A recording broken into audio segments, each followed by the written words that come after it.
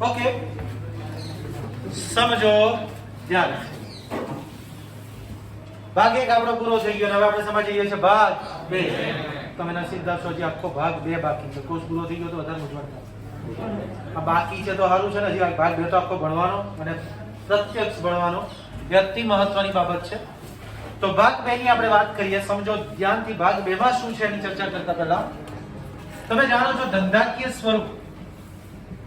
ચલો, ધંધાકીય સ્વરૂપમાં સૌથી પહેલા તમને યાદ હોય તો વ્યક્તિક માલિકીની પેઢી આવે. કઈ આવે?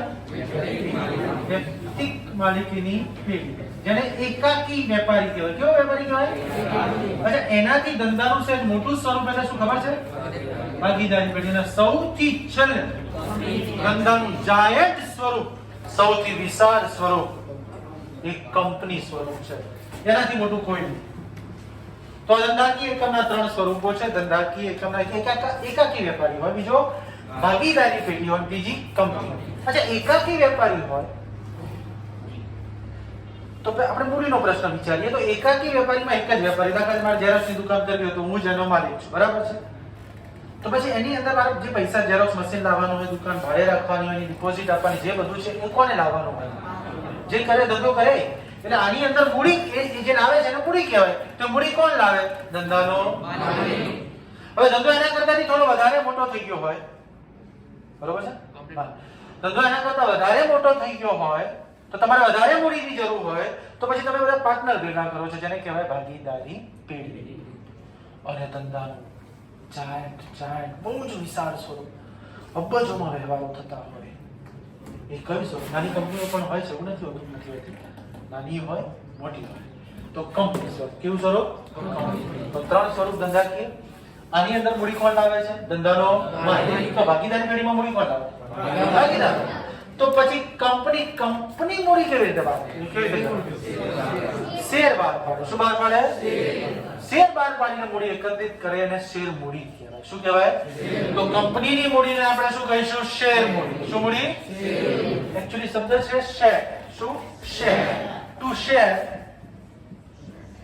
શેર એનો અર્થ થાય ભાગ પાડવો, વહેંચવું, શેર કરવું. આપણે નહીં કહેતા શેરિંગમાં આપણે કરી લઈશું શેર. શેર એટલે શું? ભાગ પાડવો. તો આ શેર કંપનીની મૂડીને શેર મૂડી કહે છે. તો શેર કોને કહેવાય? દાખલા તરીકે કોઈ નાની કંપનીની વાત કરું. દાખલા તરીકે કંપનીની કુલ શેર મૂડી રૂપિયા 50 લાખ છે. કેટલી છે? તો કંપની શું કરશે? તો 50 લાખ ને નાના ભાગમાં વિભાજિત કરશે. કેવા ભાગમાં વિભાજિત કરશે? નાના. દાખલા તરીકે દરેક ભાગ 10 રૂપિયાનો બનાવી દે. કેટલા રૂપિયાનો? તો કંપનીએ 50 લાખ મૂડીના કેટલા ભાગ પાડ્યા ખબર છે? 5 લાખ. 5 લાખ ભાગ પાડી દીધા. નાના. એક તમારે એક શેર ખરીદો તો થઈ જાય. હો ખરીદવા હોય તો હો, લાખ ખરીદવા હોય તો લાખ, જે તમારી કેપેસિટી. તો એ શેર ખરીદો તો 50 લાખ. અને દરેક રૂપિયા નાનાનો ભાગ 5 લાખ થયા. એને શું કહેવાય? શેર. બરોબર છે? આપણે જે આ ચેપ્ટરમાં શીખવાનું છે શેર મૂડીના વ્યવહારો, તો શેર મૂડીના હિસાબો. આપણે એના શું કરવાના છે? હિસાબો. તો શેર મૂડીના હિસાબો આ જે ચેપ્ટર છે એની અંદર એકચ્યુઅલી આ ચેપ્ટર પહેલા 9 માર્ક્સ કે 10 માર્ક્સ હતું, પણ હવે આ ચેપ્ટર થયું 18 માર્ક્સ. કેટલા માર્ક્સનું? કેવી રીતે 18? તો એક 8 માર્ક્સના જે 3 દાખલા પૂછાય છે એની અંદર 2 દાખલા તમારે આ એટેન્ડ કરી લેવાના. સાથે સાથે તમે નિવૃત્તિ કરો તો નિવૃત્તિના 2 પૂછાય તો તમને પાછો વિકલ્પ મળે. નિવૃત્તિ 2 માંથી કયો ગણવો છે? ઈઝી હોય ગણાય. અને પ્રવેશના તમે જય સ્વામિનારાયણ કહી દો તો એ પ્રવેશના દાખલા જોવાના એ નહીં. બરાબર છે? તો 2 ચેપ્ટર કરો 24 માર્ક્સ થઈ જાય. એવું થયું. અને આમાંથી તો 18. બરાબર? એટલે 18 માર્ક્સનું આ ચેપ્ટર છે. અને ચેપ્ટર એટલું નાનું કરી દીધું છે, શરૂ થાય પહેલા પૂરું થઈ જાય છે. આપણે થોડું લંબાઈશું પણ શરૂ થાય પહેલા તો પૂરું. બહુ સિમ્પલ. શેર બહાર પાડવા છે, જપ્ત કરાવી છે, બીજી કોઈ વાત નહીં. એટલે easy chapter. You can easily acquire 18 marks. 18 marks તમને ઇઝીલી મળી જાય, કોઈ જાતનું કશું જ કર્યા વગર. અહીં ધ્યાન રાખો એટલે કામ. ઓકે, તો મેં તમને ધંધાકીય સ્વરૂપો સમજાવ્યા. હવે એની અંદર કંપની સ્વરૂપમાં વાત આપણે શેર મૂડીની કરવાની છે. આપણે પહેલા શેરના અર્થથી શરૂઆત કરીશું. શેર કોને કહેવાય? તો સમજો ધ્યાનથી. શેર કોને કહેવાય? તો કંપનીની મૂડીને શેર મૂડી કહે છે. જેને ફેરબદલી કરી શકાય તેવા નાના ભાગમાં વિભાજિત કરવામાં આવે છે. આ દરેક વિભાજિત ભાગને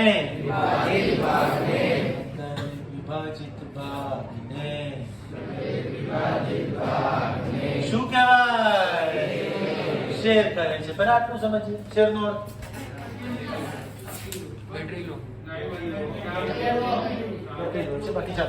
અચ્છા, કંપનીની મૂડીને શેર મૂડી કહે છે, જેને ફેરબદલી કરી શકાય. ફેરબદલી કરી શકાય.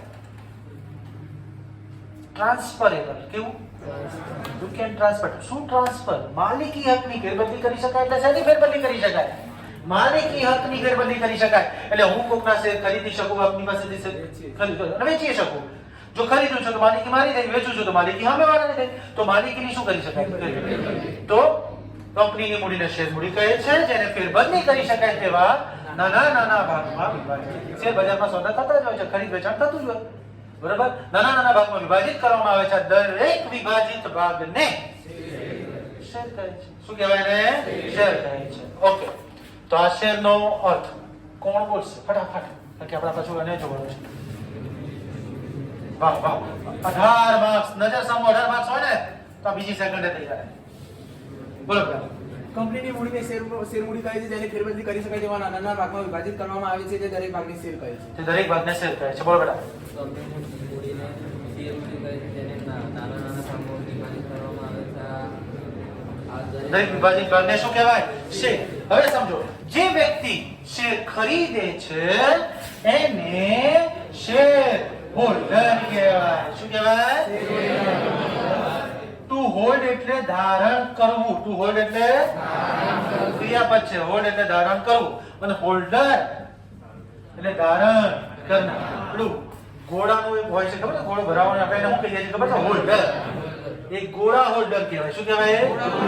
એટલે ઘોડો ધારણ કરે છે. આ શું ધારણ કરે છે? શેર. તો એને શું કહેવાય? Share holder. તો જે વ્યક્તિ શેર ખરીદે છે, જે વ્યક્તિ શેર ખરીદે છે તેને શેર હોલ્ડર કહે છે. જે વ્યક્તિ શેર ખરીદે શું કહેવાય? Share holder. હવે એક વ્યક્તિગત માલિકીની પેઢી હોય તેનું સંચાલન કોણ કરે? હું ઝેરોક્સની દુકાન ચાલુ કરું તો મારું બધું સંચાલન કોને કરવાનું? મારે કરવાનું. હું માણસ રાખું તો વાત બીજી છે, પણ સંચાલન મેં તો કોનો હોય? માલિકનો. ભાગીદારી પેઢીમાં કોણ હોય? ભાગીદાર. જ્યારે કંપનીમાં, બોલો, કંપનીનું સંચાલન કોણ કરે? સંચાલક મંડળ. કોણ? સંચાલક. જેને ઇંગ્લિશમાં કહેવાય બોર્ડ ઓફ ડિરેક્ટર્સ અથવા ડાયરેક્ટર્સ. ડાયરેક્ટર્સ એક જ ગણાય. તો બોર્ડ ઓફ ડિરેક્ટર્સ. તો કંપનીનું સંચાલન કોણ કરે છે? નહીં બોલવાનું. કોણ કરે છે? સંચાલક મંડળ. અથવા એને બીજું શું કહેવાય? બોર્ડ ઓફ ડિરેક્ટર્સ કરે છે. એ લોકો એનું સંચાલન કરે. અચ્છા, એના પછી એક બીજો પ્રશ્ન આપણે જોઈ લઈએ. શેર કેવી મિલકત છે? શેર તમારા એસટીમાં આવી ગયું. શેર કેવી મિલકત છે? જંગમ. હા, કેટલાકને જવાબ યાદ છે. શેર કેવી મિલકત છે? જંગમ. હવે અહીં તમારે શું લખવાનું? તો રૂપાંતરિત અને સ્થાનાંતરિત. કેવી? રૂપાંતરિત અને સ્થાનાંતરિત કરી શકાય તેવી મિલકત છે. અચ્છા, રૂપાંતરિત એટલે શું? તો રૂપાંતર થઈ શકે. માલિકી હકમાં ફેર બદલી. રૂપાંતરિત એટલે તમે રૂપાંતર કરી શકાય. બરાબર છે?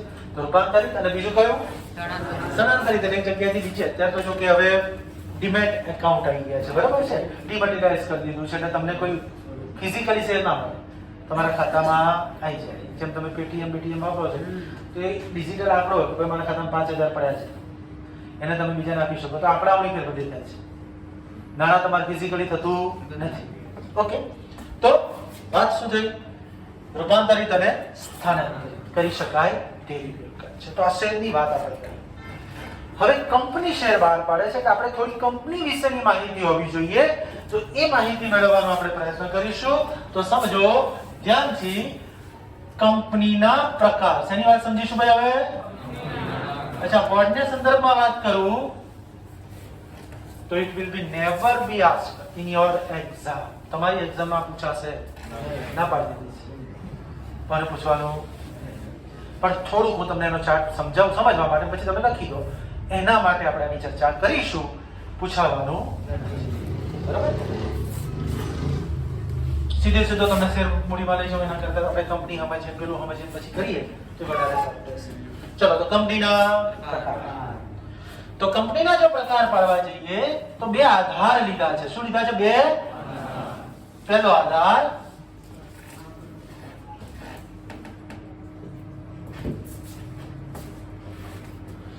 સ્થાપનાના આધારે. કોના આધારે? સ્થાપનાના આધારે. અને બીજો આધાર લીધો છે જવાબદારીના આધારે. આ આધાર છે, આ પ્રકાર નહીં. પરીક્ષામાં તમને પૂછે કે ભાઈ કંપનીના પ્રકાર જાઓ, આ બે નહીં લખવાના. આ તો તમે આધાર લઈને એના પ્રકાર પાડો છો. પહેલો આધાર કોનો લીધો?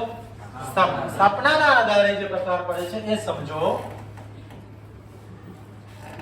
પહેલું, ચાર્ટર્ડ કંપની. કેવી કંપની? તમારી ચોપડીમાં છે. ચોપડીમાં નથી, આ તો પૂછવાની શક્યતા જ નથી, પણ આવી પણ કંપની હોય છે એટલે ખાલી લખી અહીંયા, પછી સમજાવું તમને. પછી કાયદા દ્વારા સ્થાપિત કંપની કે કોર્પોરેશન. કંપની કે કોર્પોરેશન. અને ત્રીજી, નોંધાયેલી કંપની. તો સ્થાપનાના આધારે કેટલા પ્રકાર? 3. કયા કયા?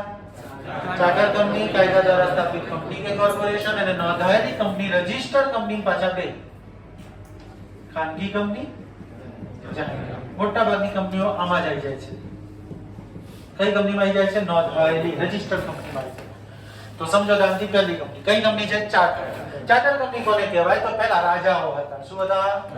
રાજાઓ સનદ આપે અને એના લોકો ધંધો ચાલુ કરી શકે કંપની. તો રાજાઓની સનદ દ્વારા, જો સ્થાપના કોના આધારે થાય છે? સ્થાપનાના આધારે. તો શેના આધારે સ્થાપના થઈ?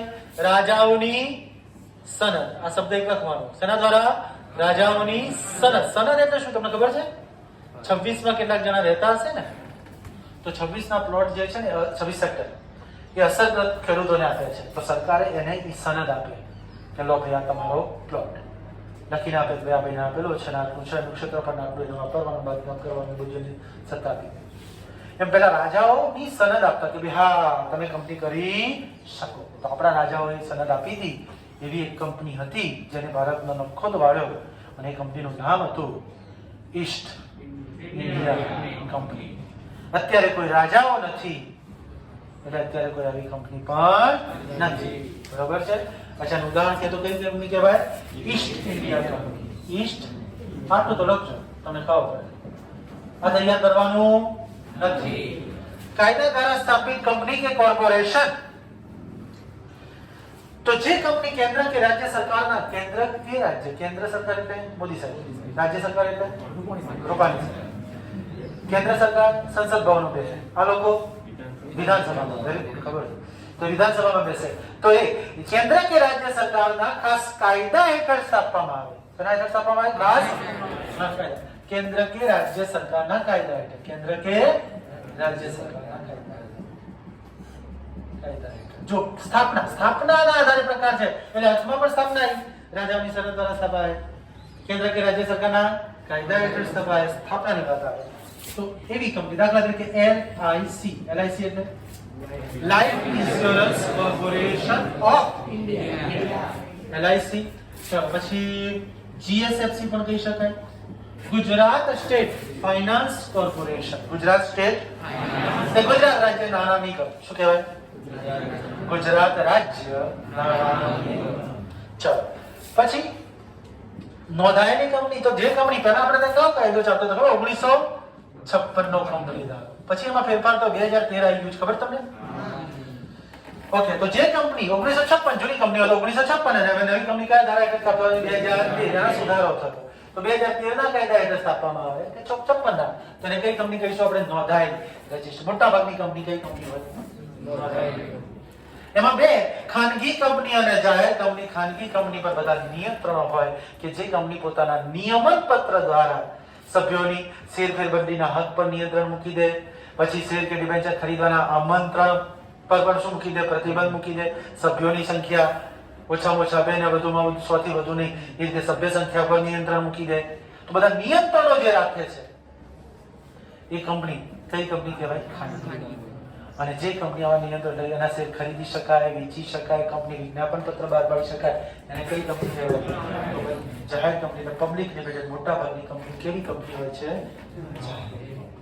શેરમાં જે સોદા થતા હોય બધી કઈ કંપની? જાહેર કંપની. તો ખાનગી કંપની, જાહેર કંપની. આમાં ઓછામાં ઓછા બે હોય છે અને આમાં વધુમાં ઓછામાં ઓછા 7 હોય છે. કેટલા હોય છે? 7. બીજું, હવે તો સોલો કંપની પણ આવી છે. કેવી company? Solo company. Solo company એટલે એવી કંપની છે, બરાબર? ઓકે. પણ કંપનીના પ્રકાર તમારા અભ્યાસક્રમમાં નથી. તો ઓછામાં ઓછી 2 અને ઓછામાં ઓછા 7. તો આ પ્રકાર કોના આધારે પાડે? આપણે સ્થાપનાના આધારે. કઈ કઈ? ચાર્ટર્ડ કંપની, કાયદા દ્વારા સ્થાપિત કંપની કે કોર્પોરેશન નોંધાયેલી કંપની. તો હવે કોના આધારે? જવાબદારીના આધારે 3 પ્રકાર પડે. શેર મૂડીથી મર્યાદિત જવાબદારી વાળી કંપની,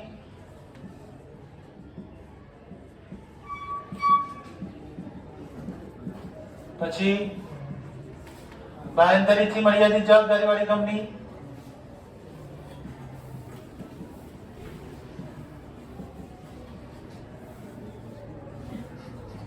અને છેલ્લું અમર્યાદિત જવાબદારી વાળી કંપની. કેવી? અમર્યાદિત. Once again, I will tell you that this will never be asked. પૂછાશે નહીં. શેર મૂડીની મર્યાદિત જવાબદારી વાળી કંપની એટલે શું? તો જે કંપનીના સભ્યોની જવાબદારી એમણે ખરીદેલા શેરની દાર્શનિક કિંમત પૂરતી મર્યાદિત. જો જવાબદારીના આધારે છે, જવાબદારી વાત કરવાની. કોની જવાબદારી? સભ્યોની. સભ્યો કોણ? Share holder. તેમણે કદાચ કોઈ કંપનીના તમે 5000 શેર દરેક રૂપિયા 10 નો ખરીદ્યા હોય 50000 રૂપિયાના, તો કદાચ કંપની ફરજામાં જાય તો તમારા કેટલા જાય ખબર છે? 50. એ લેવા આવે તો શેર મૂડી. મોટા ભાગની કંપની કેવી હોય છે? આ બધી મોટા ભાગની જેટલી પણ જાહેર કંપની છે બધી કેવી છે? મોટા ભાગની બધી જ કેવી છે? શેર મૂડી. બીજી છે અમર્યાદિત જવાબદારી વાળી કંપની. એને કોને કહેવાય? છેલ્લી વાળી સમજાવું છું. અમર્યાદિત જવાબદારી વાળી કંપની કોને કહેવાય? તો જે કંપનીના સભ્યોની જવાબદારી કેવી હોય? તમે શેર 50000 ના લીધા, કદાચ ખોટ વધી જાય તો ઘેરથી પૈસા આલવા પડે. એવા ધંધા કાય આપણા દેશમાં આવી કોઈ કંપની અસ્તિત્વ ધરાવતી નથી. અમર્યાદિત જવાબદારી કંપની હોય નહીં. હોય તો લોકો રોકાણ કરે, બીજો ધંધો કરે, તમે મૂડી રોકાણ કરે અને પછી એ ધંધામાં ખોટ જાય તો તમારે ભોગવવું પડે. આ જે છે બાંહેધરીથી મર્યાદિત જવાબદારી વાળી કંપની એટલે શું? તો જે કંપનીના સભ્યોની જવાબદારી તેમણે કંપનીના વિસર્જન વખતે જવાબદારી ઊભી થાય એ વખતે આપેલી બાંહેધરી પૂરતી મર્યાદિત હોય. એમણે આપેલી બાંહેધરી પૂરતી, એમણે બાંહેધરી હવે આટલું થશે તો અમારે આપવાનું. તો બાંહેધરી પૂરતી મર્યાદિત હોય ત્યારે બાંહેધરીથી મર્યાદિત જવાબદારી વાળી કંપની કહેવાય. એનું ઉદાહરણ યાદ રાખવાનું. BCCI, board of control for cricket in India. બોલો તો. Board of control for cricket in India. બોર્ડમાં પૂછાયું છે પણ પ્રકાર પૂછવાની ના પડે છે. કદાચ ઉદાહરણ કરે તો આ થાય. તો હવે આ કંપનીના પ્રકાર થયા. આ તમારે પૂછાવાના. હવે કંપની શું બહાર પાડે છે? શેર. તો હવે કોના પ્રકાર શીખીશું આપણે? શેરના પ્રકાર. શેરના 2 પ્રકાર. એક આ પૂછાય પ્રેફરન્સ શેર અને બીજું ઇક્વિટી શેર. ઓર્ડિનરી શેર કહેવાય ઇક્વિટી શેર. પછી પ્રેફરન્સ એટલે ગુજરાતીમાં પસંદગીના શેર. શું? અને સામાન્ય શેર પણ કહેવાય, ઓર્ડિનરી શેર.